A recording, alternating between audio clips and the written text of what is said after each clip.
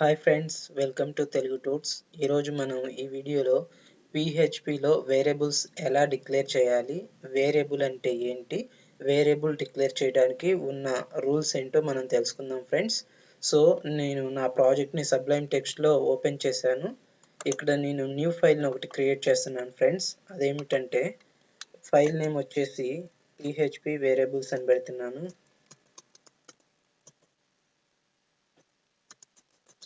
ఒక విషయం మళ్ళీ చెప్తున్నాను ఫ్రెండ్స్, ఎప్పుడైనా PHP ఫైల్ని సేవ్ చేయాలంటే .php ఎక్స్టెన్షన్తోనే సేవ్ చేయాలి.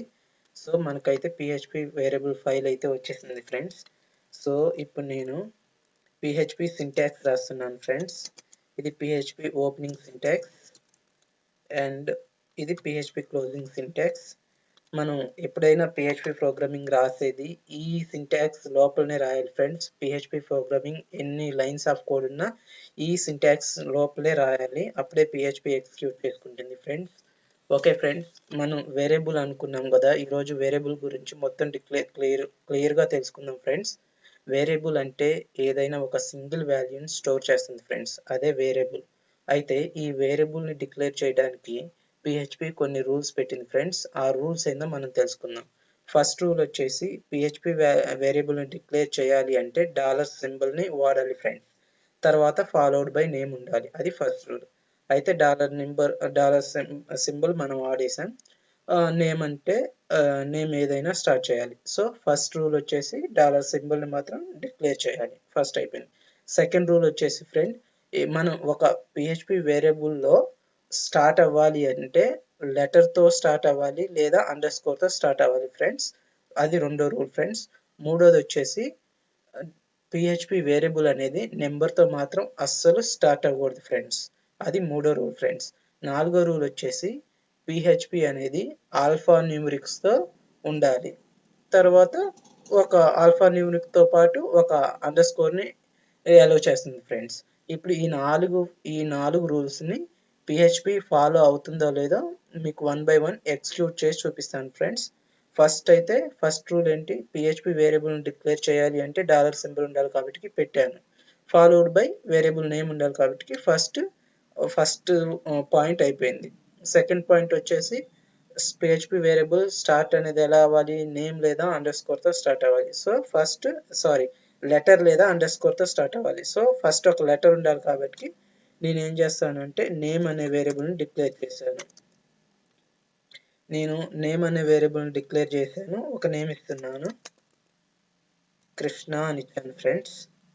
ఓకేనా, దీన్ని మనం ఎగ్జిక్యూట్ చేయాలి. దీన్ని ఎగ్జిక్యూట్ చేయడానికి ముందే మనం ప్రింట్ స్టేట్మెంట్ రాయాలి ఫ్రెండ్స్. ఎకో అనేది ప్రింట్ స్టేట్మెంట్ ఫ్రెండ్స్. ఇందులో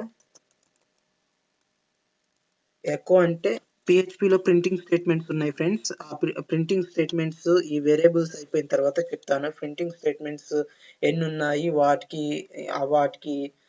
యొక్క యూజ్ ఏంటి అనేవి నేను నెక్స్ట్ వీడియోలో చెప్తాను ఫ్రెండ్స్. ఇప్పుడు మనం అయితే ఒక నేమ్ అనే వేరియబుల్ తీసుకొని ఆ వేరియబుల్కి ఒక వాల్యూని స్టోర్ చేశాం ఫ్రెండ్. అదనేది కృష్ణ. ఇది ప్రింటింగ్ స్టేట్మెంట్. ఇప్పుడు కృష్ణ అనేది బ్రౌజర్లో ప్రింట్ చేయాలి. అది ఎలా ఎగ్జిక్యూట్ చేస్తుందో చూద్దాం ఫ్రెండ్. మనం లోకల్లో XAMPP ఇన్స్టాల్ చేస్తున్నాం కదా ఫ్రెండ్స్, అప్పుడు మనం లోకల్ హోస్ట్ అని టైప్ చేయాలి.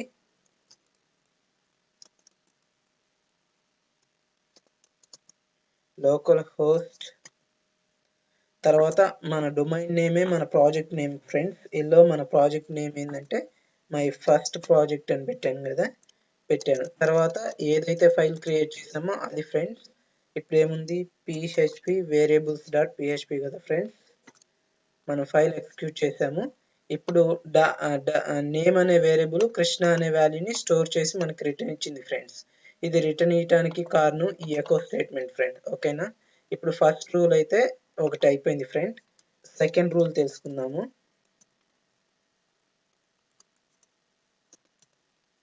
బిఆర్ అంటే ఇది లైన్ బ్రేక్ కోసం నేను వాడుతున్నాను ఫ్రెండ్స్. మీకు నెక్స్ట్ వీడియోస్లో PHP లోపలనే HTML కోడ్ ఎలా రాయాలి అనేది అది చెప్తాను. ఇది లైన్ బ్రేక్ కోసం నేను పెట్టాను. సెకండ్ రూల్కి వద్దాం ఫ్రెండ్స్. మనం సెకండ్ రూల్ వచ్చేస్తే చెప్పాం కదా, ఫస్ట్ ఏదైనా ఒక వేరియబుల్ డిక్లేర్ చేయాలంటే డాలర్ సింబల్ ఉండాలి.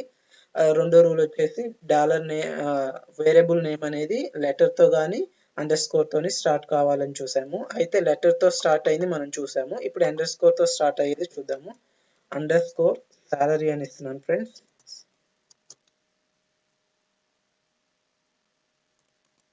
Salary equal to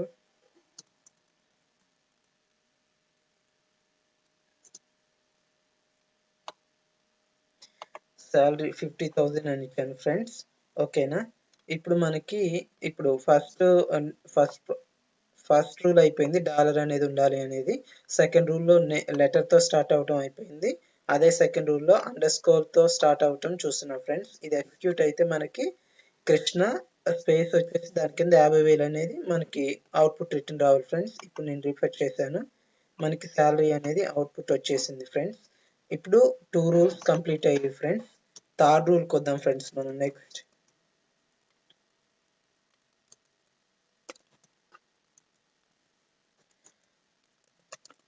third rule అంటే ఏంటి ఫ్రెండ్స్? పిహెచ్పి వేరియబుల్ అనేది నెంబర్తో స్టార్ట్ అవ్వకూడదు. అది థర్డ్ రూల్. కాబట్టి నేను ఒక నెంబర్ ఇచ్చాను ఫ్రెండ్స్.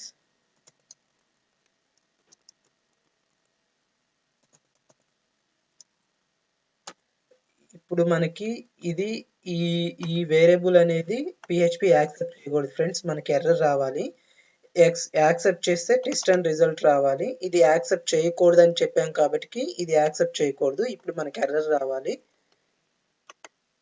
చూడండి friends, syntax error unexpected integer 3 ఏ ఫైల్లో వచ్చింది? php_variables.php లైన్ నెంబర్ 7లో వచ్చింది ఫ్రెండ్స్. ఇక్కడ చూడండి, ఇది php_variables php మన file. Unexpected integer line number 7 వచ్చింది కదా. అంటే పిహెచ్పి ఎగ్జాక్ట్ గా ఏవైతే రూల్స్ చెప్పిందో ఆ రూల్స్ ఫాలో అవుతుంది ఫ్రెండ్స్. ఓకేనా. ఏదైనా ఒక వేరియబుల్ నెంబర్తో మాత్రం స్టార్ట్ అవ్వకూడదు ఫ్రెండ్స్. ఓకేనా. So fourth step, final step friends. ఇది వచ్చేసి ఏమంటే పిహెచ్పి అనేది ఒక వేరియబుల్ డిక్లేర్ చేయడానికి మనం ఏమేమి ఎలో చేస్తుంది అంటే పిహెచ్పి ఆల్ఫా న్యూమరిక్స్ వాటితో పాటు ఒక అండర్ స్కోర్ని ఎలో చేస్తుంది ఫ్రెండ్స్. ఆల్ఫా న్యూమరిక్ అంటే A to Z 0 to 9 వీటితో పాటు ఒక అండర్ స్కోర్ని కూడా ఎలో చేస్తుంది. సో ఇప్పుడు ఆల్ఫా న్యూమరిక్స్ ఉండేవి ఏమైనా చూద్దాం. ఒక ఆల్ఫా న్యూమరిక్స్ ఉండేటట్టుగా దాంతోపాటు ఒక అండర్ స్కోర్ ఉండేటట్టుగా ఒక వేరియబుల్ని డిక్లేర్ చేద్దాం ఫ్రెండ్స్.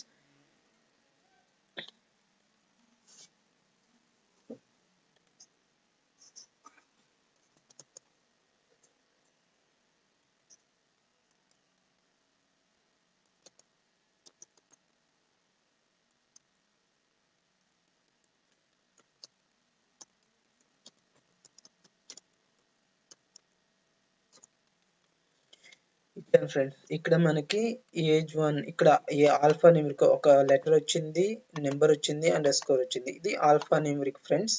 ఓకేనా. ఇప్పుడు మనం దీన్ని ఎగ్జిక్యూట్ చేసి చూద్దాము.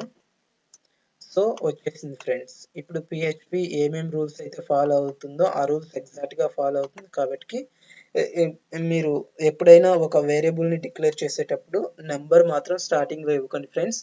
అలాగే రియల్ టైంలో స్టార్టింగ్లో అండర్ స్కోర్ని యూజ్ చేయకండి friends.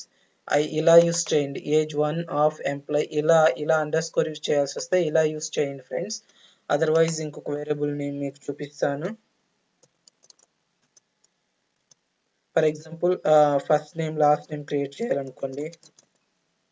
First underscore name equal to ఇలా డిక్లేర్ చేసుకోండి ఫ్రెండ్స్. ఇలా చేసుకుంటే బెటర్. రియల్ టైంలో ఇలానే డిక్లేర్ చేస్తారు వేరియబుల్స్. ఇది ఈరోజు కంప్లీట్గా వేరియబుల్స్కి సంబంధించిన వీడియో ఫ్రెండ్స్. ఈ వీడియో మీకు నచ్చినట్లయితే షేర్ చేయండి. ఇంకా అప్కమింగ్ వీడియోస్ కోసం నా యూట్యూబ్ ఛానల్ని సబ్స్క్రైబ్ చేసుకోండి ఫ్రెండ్స్. నెక్స్ట్ వీడియోలో కలుసుకుందాం. అంతవరకు